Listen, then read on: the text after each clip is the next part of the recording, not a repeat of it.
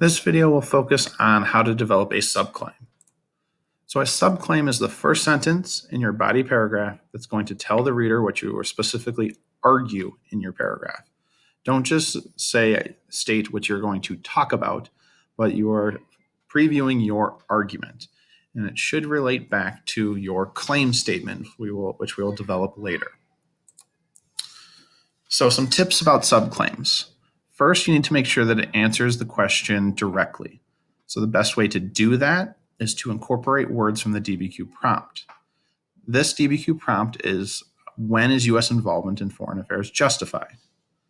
Additionally, you should provide some analytical category, which I'll show you what that looks like. And it should be a clear, concise, one-sentence statement with a because clause that states your reasoning. And I'll show you what this looks like as well. So analytical categories. Analytical categories are applicable to many situations and typically deeper in thinking, where an example is much more specific to one situation. So the Zimmerman note would be a specific example that's really only applicable to World War I. Instead, what we are asking you to do is put them into analytical categories that are applicable to many situations. So instead, you would describe a physical threat.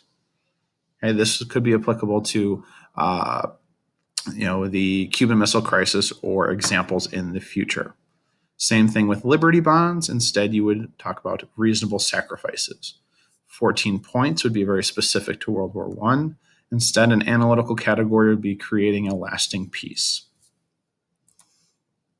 So here's an example of a subclaim. So U.S. involvement in foreign affairs is justified when their citizens are attacked because the government has a responsibility to protect its citizens from unreasonable harm. So this subclaim restated the prompt, put their rationale into an analytical category instead of something very specific, and added a because clause describing their reasoning, right?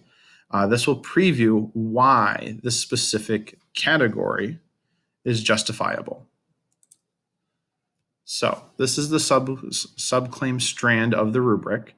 Okay, in order to score a 4, it should include all of those elements to strongly assert a subclaim that aligns with their central claim, which we'll work on later.